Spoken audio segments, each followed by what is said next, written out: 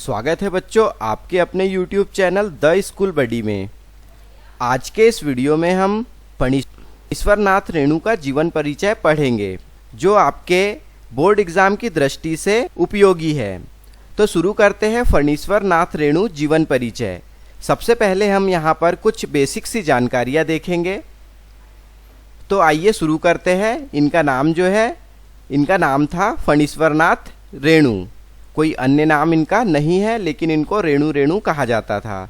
दूसरा है जन्म। इनका जन्म हुआ था 4 मार्च 1921 में। पिता का नाम इनका था शिलानाथ मंडल। जन्म स्थान इनका था बिहार राज्य था अररिया, इनकी जो थी इनका जिला था, और औराही हिंगना इनका गांव था। भाषा जो थी इनकी हिंदी और अंग्रेजी, ये दोनों भाषाओं में ज्ञान रखते थे। इनकी मृत्यु जो है 11 अप्रैल 1977 को हो गई। चलिए आगे देखते हैं संपूर्ण जीवन परिचय। तो ये रहा फणीश्वर नाथ रेणु जीवन परिचय। फणीश्वर नाथ रेणु आधुनिक युग के कवि माने जाते हैं।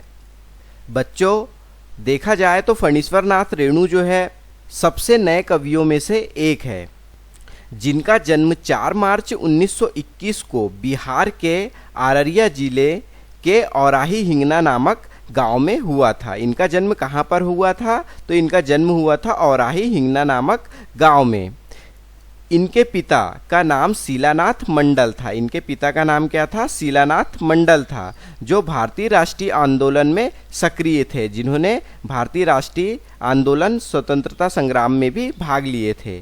फणीश्वर नाथ रेणु आधुनिक युग के हिंदी साहित्य के सबसे सफल और प्रभावशाली लेखकों में एक माने जाते हैं। ये जो है अभी तक के जितने हिंदी साहित्य के लेखक हुए उनमें से इनकी गिनती भी सबसे सफल और प्रभावशाली लेखकों में से मानी जाती है।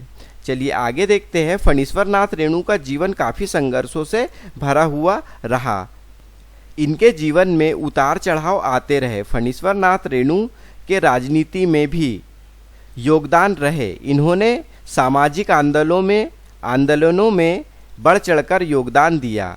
गांधी जी के द्वारा चलाए गए भारत छोड़ो आंदोलन में भी इन्होंने 1942 में एक सक्रिय भूमिका निभाई थी। आज़ादी के टाइम में जो गांधी जी के द्वारा भारत छोड़ो आंदोलन चलाया गया था उसमें भी इनकी एक सक्रिय भूमिका रही। चलिए आगे देखते हैं।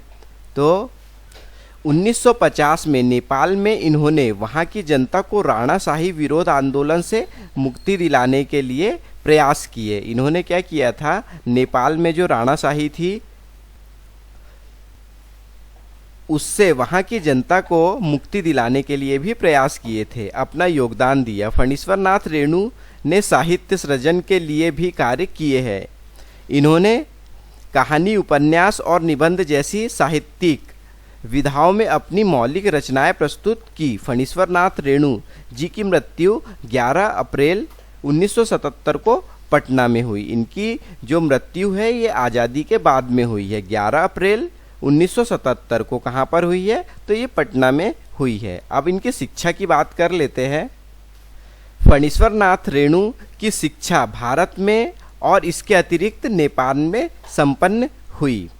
इनकी जो शिक्षा थी भारत में हुई थी, फिर इसके बाद जो हायर स्टडी के लिए ये कहाँ पर गए थे? नेपाल गए थे। में संपन्न हुई। इनकी प्रारंभिक शिक्षा अररिया और फारबिसगंज से पूरी हुई। इनकी जो आरंभिक शिक्षा थी ये कहाँ से पूरी हुई थी? इनके गांव अररिया और फारबिसगंज से पूरी हुई थी। इसके बाद फणीश्वर नाथ रेणु अपनी आगे की पढ़ाई के लिए नेपाल चले गए। बाकी आगे की पढ़ाई इन्होंने नेपाल से की, चले गए। यहाँ पर इन्होंने रहकर मैट्रिक की परीक्षा उत्तीर्ण की। मैट्रिक इन्होंने कहाँ से पास की है? इन्होंने नेपाल से पास की है। जो इन्होंने विराटनगर आदर्श, जो विराटनगर में था और जो कहाँ पर स्थित है? नेपाल में स्थित है। आदर्श विश्वविद्यालय नेपाल से की। इन्होंने अपने इंटरमीडिएट की परीक्षा इंटरमीडिएट काशी हिंदू विश्वविद्यालय से सन 1942 में पास की थी। तो ये काशी हिंदू विश्वविद्यालय से इन्होंने इंटरमीडिएट की परीक्षा पास की थी। और इसके पश्चात फणीश्वर नाथ रेणु स्वतंत्रता संग्राम में लग गए। फिर इसके बाद क्या हुआ था, इन्होंने इंटरमीडिएट की परीक्षा पास की, कहाँ से, हिंदू विश्वविद्यालय से, काशी से, और इसके बाद में यह स्वतंत्रता संग्राम में लग गए। चलिए आगे देखते हैं। फणीश्वर नाथ रेणु की प्रमुख रचनाएं, इनकी प्रमुख रचनाओं के बारे में देख लेते हैं। तो ये प्रसिद्ध कवि फणीश्वर नाथ रेणु ने हिंदी साहित्य में बहुत सारे उपन्यास कहानी का सृजन किया। इन्होंने अपनी लेखनी से हिंदी गद्य साहित्य की वृद्धि की है। इनकी प्रमुख रचनाएं निम्नलिखित है। इनकी रचनाओं में क्या क्या है, सबसे पहले तो इनके उपन्यास है। तो इनके उपन्यास कौन कौन से हैं, मैला आंचल, परती, परिकथा, दीर्घ, तपा, कितने चौराहे और कलंक मुक्ति।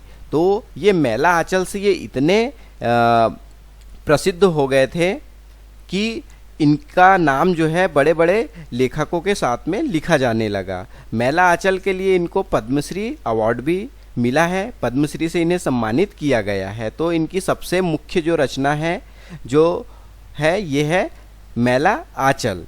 वीडियो में आगे बढ़ने से पहले बच्चों, यदि आप हमारे चैनल पर नए हैं तो चैनल को सब्सक्राइब जरूर कर ले, ताकि ऐसी ही वीडियो की नोटिफिकेशन आपके तक आते रहे, और वीडियो को लाइक जरूर करें। आगे बढ़ते हैं। और ये रही इनकी कहानी संग्रहण। इनके कहानी संग्रहण में क्या है, ठुमरी, अग्निखोर, आदिम रात्रि की महक और एक श्रावणी दोपहरी की धूल। संस्मरण में इनके है ऋणजल, वन तुलसी की गंध, श्रुत असूत्र पर्व। रिपोर्तार्ज में इनके है नेपाली क्रांति की कथा। चलिए आगे बढ़ते हैं। तो ये रहा फणीश्वर नाथ रेणु की प्रसिद्ध कहानियाँ। इनकी कहानियाँ जो है ये है, पहली कहानी है इनके मारे गए गुलफाम, तीसरी कसम के नाम से इसको जाना जाता है। एक आदिम रात्रि की महक, लाल पान की बेगम, पंचलाइट, तबे एकला चलो रे, बहुत ज़्यादा फेमस है ये तबे एकला चलो रे। ये किसके द्वारा लिखा गया है, तो ये लिखा गया है फणीश्वर नाथ रेणु के द्वारा। ठेस और संवदिया फणीश्वर नाथ रेणु जी की प्रसिद्ध कहानियां हैं। आगे बढ़ते हैं। अब इनकी लेखन शैली पे बात कर लेते हैं। फणीश्वर नाथ रेणु की लेखन शैली वर्णात्मक और खड़ी बोली थी। ये वर्णात्मक प्रयोग करते थे अपनी लेखनी में। तो ये अपनी लेखन शैली में वर्णात्मक और खड़ी बोली का प्रयोग करते थे, जिसमें मनोवैज्ञानिक सोच का चित्रण किया जाता था। ये अपनी लेखनी को इस प्रकार से लिखते थे जैसे कोई चित्रित हो, देखने के लिए मिलता है। इसमें पात्रों का सचित्र वर्णन किया गया है। इनमें जो भी कल्पना की जाती है वे सचित्र वर्णन करते हैं, जिनके पात्र एक सामान्य सरल मानव मन के समान होता है। इनकी सभी कहानियों में पात्रों की सोच घटनाओं पर आधारित होती है। इनकी कहानियों में और उपन्यास में इन्होंने आंचलिक जीवन के हर पल को समाहित किया हुआ है। इन्होंने इसमें धुन, ताल, सुंदरता, कुरूपता को बांधने की सफल कोशिश की है। इनकी भाषा शैली में एक जादू है जो पाठकों को अपने साथ बांधे रखता है। इनकी रचना पढ़ते हुए मन को शांति मिलती है। इन्होंने अपने लेखन में यथार्थवादी परंपरा को बढ़ावा दिया है। चलिए आगे देखते हैं। ये रहा इनकी साहित्य की विशेषता।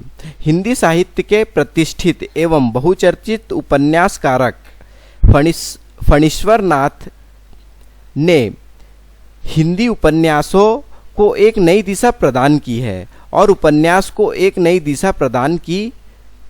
इनके द्वारा लोकगीत, लोकोक्ति, संस्कृति आदि चीज़ों में इनकी रचनाओं को देखने के लिए मिलती है।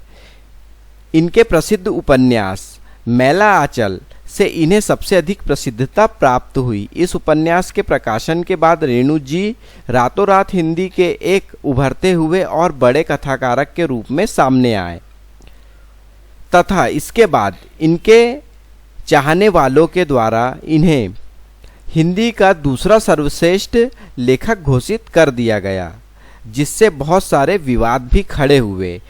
कुछ आलोचक थे इनके, इन्होंने क्या किया कि इन्हें सर्वश्रेष्ठ लेखक के रूप में घोषित कर दिया। लेकिन कुछ और लोग थे जो जिन्होंने इस चीज़ को विवाद में लाया और इनकी प्रसिद्धता से जलने वालों ने इन्हें अन्य उपन्यास जैसे सतीश नाथ बंगला उपन्यास दुधाई चरितमानस की नकल बताया। इनके द्वारा जो मैला आंचल लिखा गया था, इन्होंने अन्य उपन्यास की इसको नकल बताया, जो सभी झूठे साबित हुए। मैला आंचल उपन्यास के लिए फणीश्वर नाथ रेणु जी को पद्मश्री से सम्मानित भी किया गया था। ठीक है, आगे देख लेते हैं।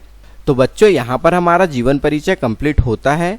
यहाँ पर हमने सभी पॉइंट कंप्लीट किए हैं।